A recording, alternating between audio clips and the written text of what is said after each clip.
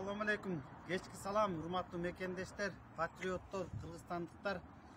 Ben kayrılıp жаткан себеби мына Садыр байке чыкканына 10 gün болду. 10 günden beri bular Садыр байкенин колубутун тушап коюп иштетпей жатат да.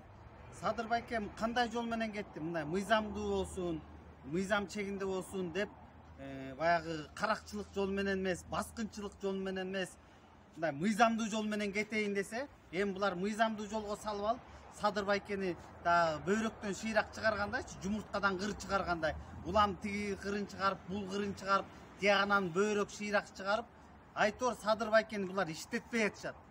Иштетпей атышат. Тиги соке, баягы эле соке. Ал баягы сөзүнөн, убадасынан кайтты. Аны баарыбыз билебиз, ошону күткөнбүз.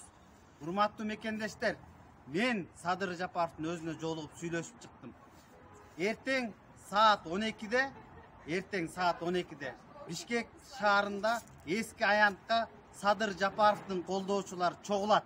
Келиңиздер, Садыр Жапаровду колдойлу.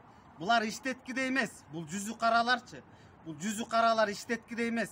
Келип туруп ушуга до конца туруп коелчу. Садыр Жапаровго карматалычы, тактынды карматып туруп, премьерликти алды. Эми президенттин полномочиясын алып туруп, буларды ошого вынуждать этип, ошого булар моюн сунбай атат. Эл келбесеңер, кыргыз элим келип бергилечи. Булар моюн сунбай атат. Эл тарап кетти деп элечи, отурат. Моякта эл кылкылдап күтүп отурган менен иши жок. Булардын көрдүңүздөрбү?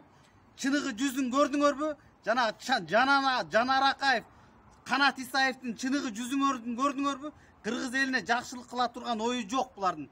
Кайра мыйзам талаасына салып туруп, Садыр Жапаровду мояктан премьерликтен түшүргөн тат булар. Бийликтен кулаткан тат.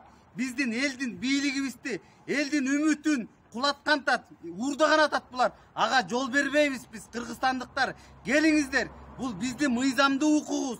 Эртең саат 12'de, эртең канчанчы число? 14-октябрда саат 12'de эски аянтка келиңиздер. Туруп элери Садыр ага үчүн.